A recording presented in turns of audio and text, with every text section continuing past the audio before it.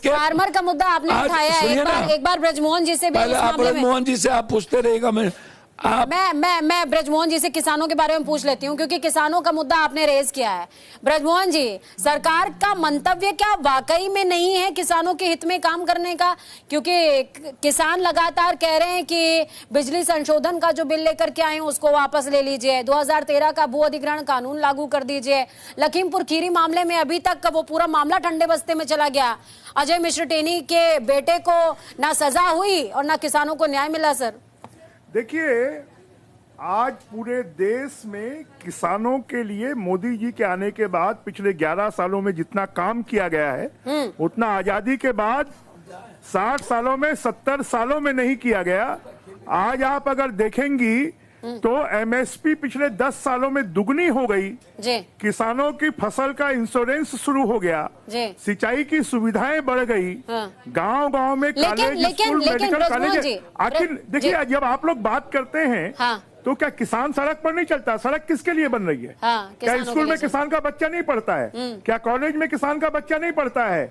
क्या medical college में किसान का बच्चा नहीं पढ़ता है? लेकिन मौजूदा स्थिति जो है ब्रजमोहन जी, मौजूदा जो स्थिति है किसानों की, अगर आप केंद्रीय कृषि मंत्री होते तो आप किस तरीके से निराकरण करते? देखिए, पूरे देश का किसान आंदोलित नहीं है, वो संतुष्ट है। उसको मालूम है कि मोदी सरकार ने 11 सालों में जितना दिया है वो अच्छा दिया है, जो 60-70 सालों में नहीं मिला। खाली कुछ लोग इकट्ठे होकर सरकार को ब्लैकमेल करना चाहते हैं, और ब्लैकमेल करने वालों के साथ में सरकार क्यों आपको बात करना है तो 11 लोगों का नाम भेजते।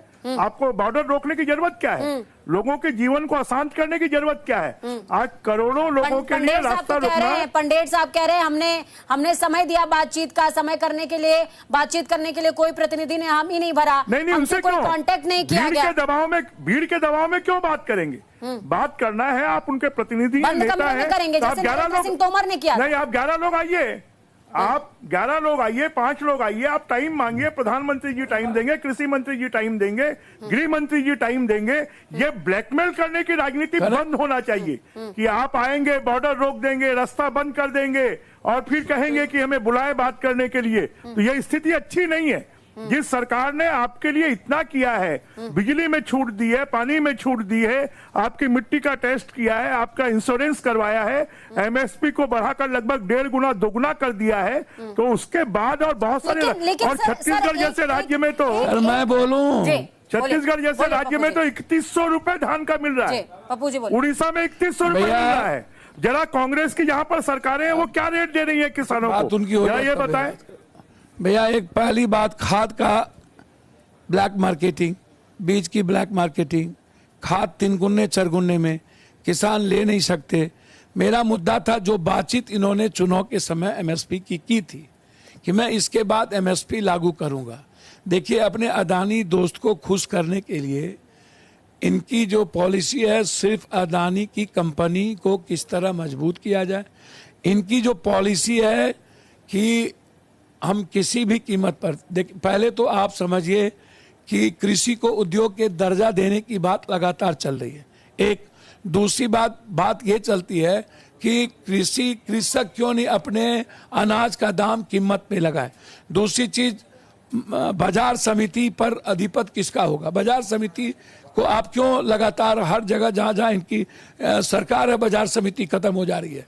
कोऑपरेटिव सिस्टम को आप उठा करके देखिए, जो किसानों के लिए जो बड़े लेवल पर कोऑपरेटिव सिस्टम था उसकी आप स्थिति, आप बीज भंडारण को देखिए, मेफेड को देखिए, अन्य संस्थाओं को देखिए कि हजार करोड़ रुपया, 2-2 हजार करोड़ रुपया की किस तरीके से घोटाले इसमें लगातार हो रहे हैं। आप कृषि बीमा को उठा करके देखिए, एकदम शून्य पे चला गया।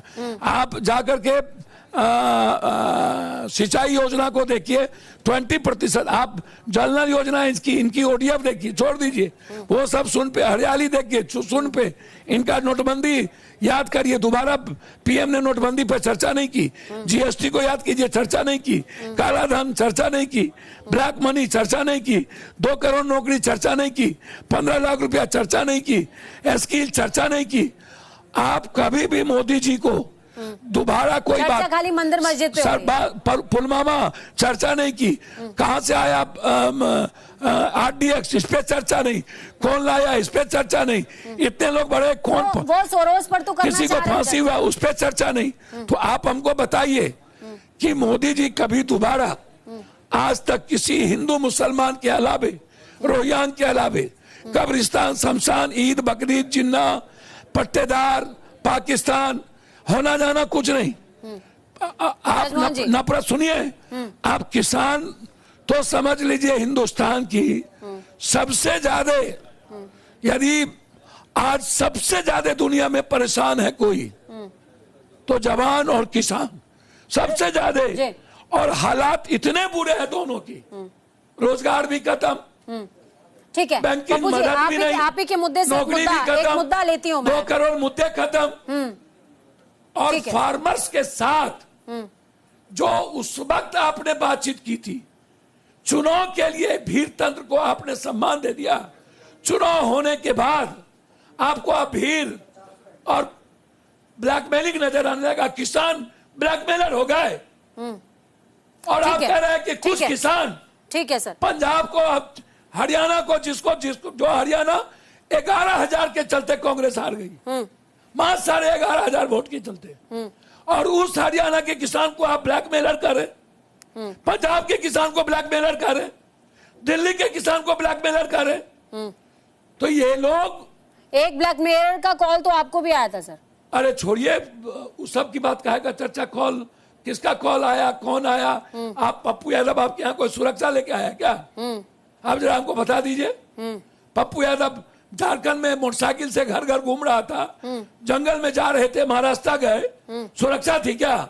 आपसे भीख मांगने गए क्या? जिंदगी में कोरोना में पप्पू यादव नहीं मरा। ठीक है सर, एक विषय जिसका जिक्र आपने भी किया और वो विषय बार बार सामने भी आता है। ब्रजमोहन जी, मंदिर मस्जिद करते करते कहां आ गए हम? अयोध्या से एक नारा उठा था, हालांकि वो नारा बीजेपी ने नहीं दिया था, लेकिन नारे का आगाज हो गया कि अब अयोध्या तो सिर्फ झांकी है, काशी मथुरा बाकी है। लेकिन पप्पू जी काशी मथुरा से सुनिए सर, एक सवाल पूछ लेने दीजिए। काशी मथुरा से ये सिलसिला यूं चला कि संभल, बदायूं, जौनपुर और अब धीरे धीरे करके आगरा, तेजो महालय, भोजशाला, न जाने कितने मुद्दे एड ऑन हो गए हैं। तो क्या, और अब तो सुप्रीम कोर्ट में आपने अर्जी भी लगा दी कि वर्शिप एक्ट को ही खत्म कर डालो, हिंदू पक्ष ने अर्जी लगा दी है। क्या समझा जाए, क्या लवोलुआब है कि आगामी चुनाव के लिए कुछ और कह रहे हैं, मस्जिद दर मस्जिद, मंदिर दर मंदिर ही सरकार बन सकती है? कितनी सच्चाई सर? देखिए, भारतीय जनता पार्टी, मोदी जी और एक ही किताब पढ़े, एनडीए, किताब इन्होंने कोई मुद्दा नहीं बनाया है। भारत का स्वाभिमान, हमको पुरातत्व भी चाहिए, विरासत भी चाहिए और विकास भी चाहिए। और विरासत और विकास जिसके ऊपर में हम गर्व कर सकते हैं, हमारी पीढ़ी गर्व कर सकती है। 3 मामले और वो सबके सामने हैं, चाहे वो अयोध्या का मामला हो, चाहे मथुरा का हो, चाहे काशी का हो। अगर ये 3 मुद्दे सुलझ जाएं, तो मुझे लगता है ये सब पूरा विवाद समाप्त हो जाएगा और इसके बारे में बाकी पक्ष मतलब आप मान रहे हैं कि ये मुद्दे उलझे हुए हैं? निश्चित रूप से मथुरा अयोध्या का मुद्दा सुलझ गया। जिस दिन मथुरा काशी का सुलझ जाएगा, उस दिन बाकी सब विवाद खत्म हो जाएंगे। जब तक मथुरा काशी का मुद्दा नहीं सुलझेगा, तब तक नए नए इस प्रकार के मुद्दे उठते रहेंगे। क्योंकि यहाँ का जो सनातन है, जो हिंदू है, जो यहाँ का बहुसंख्यक है, जिसके साथ में हजारों साल तक लोगों को ने प्रताड़ित किया, चाहे मुगलों ने किया, चाहे अंग्रेजों ने किया, उन्होंने देश को आपस में बांटकर राजनीति की और उसी काम को देश की आजादी के बाद कांग्रेस पार्टी ने किया। अब पहली बार आत्म स्वाभिमान जागा है और अपनी विरासत की रक्षा करने के लिए लोग सड़कों पर आ रहे हैं। तो ये जो है, ये लोगों की भावना है और इस भावना को, कि जैसा मोदी जी कहते हैं कि विरासत भी और विकास भी दोनों एक साथ होना चाहिए। लेकिन सर, जब आपका पूरा का पूरा रिजल्ट लोकसभा चुनाव का सामने आया, उसके बाद एक मैप बड़ा तेजी से वायरल हो रहा था। ब्रजमोहन जी, मेरे ख्याल से व्हाट्सएप यूनिवर्सिटी का वो मैप आपके पास भी गया होगा। हालांकि है तो वो व्हाट्सएप यूनिवर्सिटी का, लेकिन जिक्र यहाँ पर इसलिए जरूरी हो जाता है क्योंकि उसमें उन स्थानों का जिक्र किया गया जहां जहां राम के पदचिन्ह पड़े, वहां वहां बीजेपी को शिकस्त का सामना करना पड़ा। राम जी के ननिहाल से आप भी आते हैं सर, और कई ऐसे क्षेत्र थी, कई ऐसी विधानसभाएं, लोकसभाएं थी जो बीजेपी ने डिफीट करी है, मतलब हार गई है वहां पे सर। देखिए, हार और जीत तो ये चुनाव में होती रहेगी, ये चलता रहेगा। हार और जीत से बहुत बड़ा अंतर नहीं पड़ता है। जो शाश्वत मुद्दे हैं उन शाश्वत मुद्दों के ऊपर में चलना। शाश्वत मुद्दे क्या है सर? किसान है, जवान है। शाश्वत मुद्दे हैं, सनातन शाश्वत मुद्दा है। हाँ। हमारी विरासत शाश्वत मुद्दा है। हमारे लिए विकास शाश्वत मुद्दा है। हमारे लिए किसान शाश्वत मुद्दा है। हमारे लिए जवान शाश्वत मुद्दा है। हमारे लिए महिलाएं शाश्वत मुद्दा है, और हमारे लिए गरीब शाश्वत मुद्दा है। बोलिए सर। पहले तो इन्होंने स्वीकार कर लिया कि काशी मथुरा नहीं दोगे तो हम सब नाश कर देंगे। पहला ये स्वीकार कर लिए कि काशी मथुरा दो। ब्रजमोहन जी मुस्कुरा भी सर सुनिए ना सर, हाँ, जब तक काशी मथुरा नहीं दोगे हम इसी तरह तुमको हिंदुस्तान के टुकड़े, हिंदुस्तान मैंने से दोबारा पूछा था उनसे सर, मेरी बात काशी तो मथुरा उलझा हुआ है क्या? सर सुनिए ना मेरी बात मैडम। तो एक तो यह मुद्दा है। दूसरा मुद्दा, इनको विरासत और शाश्वत और सनातन के बारे में इनको कुछ नहीं पता। सारा पप्पू यादव को पता है। नहीं, बीजेपी वाले को कुछ भी नहीं पता। इसको आप जानिए, अंग्रेज के साथ रिश्ते इन्हीं के थे। आप इनके हेडगवार के और अंग्रेज के रिश्ते को समझ लीजिए। ये मूर्ति लगाते हैं नाथूराम गोडसे के, ये गांधी को नहीं मानते। ये हिंदुस्तान की संविधान को नहीं मानते। ये पुरातत्व की बात करते हैं। इनको इस बात की जानकारी नहीं है कि हिंदुस्तान में शिव हो या नानक, बुद्ध हो या वाल्मीकि, संत रविदास हो या कबीर, राम हो या कृष्ण, आप इसको उठा करके देखिए, जो भी महापुरुष इस दुनिया में आए हैं वो मानव पूजा और मानव धर्म की बात किया है। उन्होंने सनातन में अपने से ज्यादा दूसरों के विचार, दूसरे वर्ग, दूसरे समूह, दूसरी जाति, दूसरे धर्म, दूसरी को अपने से ज्यादा हमारे ईश्वर ने, हमारे ऋषियों ने, मुनियों ने दूसरों का रेस्पेक्ट दिया है। हम दूसरों के रेस्पेक्ट के साथ खिलवाड़ नहीं किए हैं। हम दूसरों के धर्म के साथ खिलवाड़ नहीं किए हैं। जल्दी ब्रीफ में करेंगे सर, 2 मिनट का समय। तो आप यदि कह रहे हैं तो आप तो बुलाए क्यों?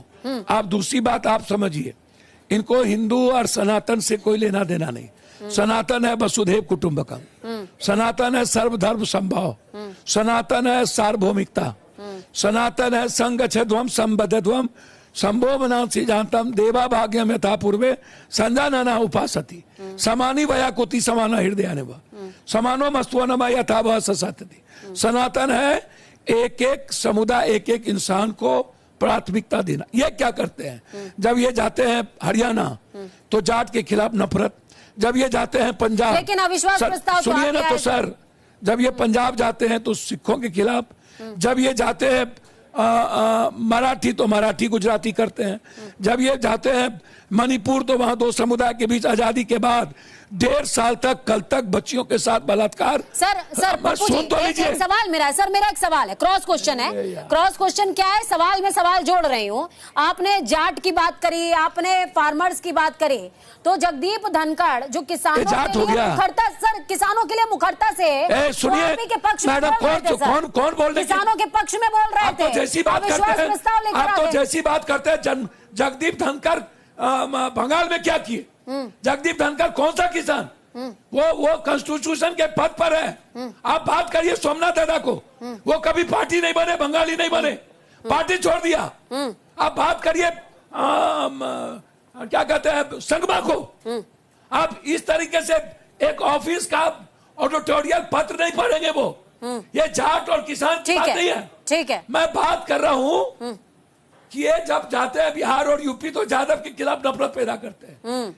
ये कभी, ठीक है, कभी भी, और यदि इनको हिंदुत्व और सनातन से मतलब है तो सबसे ये पहले सर इनको मैं ज्ञान दे देता हूं कि बौद्ध की संख्या कितनी है। और इस्लाम को ठीक है सर, समय का अभाव है, 18 करोड़ समय का अभाव है पप्पू जी, समय का अभाव है। ज्ञान का ये सिलसिला जारी रहेगा, बातचीत भी करते रहेंगे, लेकिन फिलहाल आप दोनों का बहुत शुक्रिया, आपने हमें समय दिया और अहम मुद्दों पर अपनी राय हमारे साथ में साझा करी है। हमें बताया कि क्या कुछ आप सोचते हैं सदन में कार्यवाही से लेकर किसानों के मुद्दे तक और धर्म से लेकर सनातन तक जो सतत चला आ रहा है। लेकिन मुद्दा ये कि धर्म कोई भी हो, क्या सिखाता है? वसुधैव कुटुंबकम, सर्वधर्म संभाव, या फिर कुछ और? क्या जो घटित हो रहा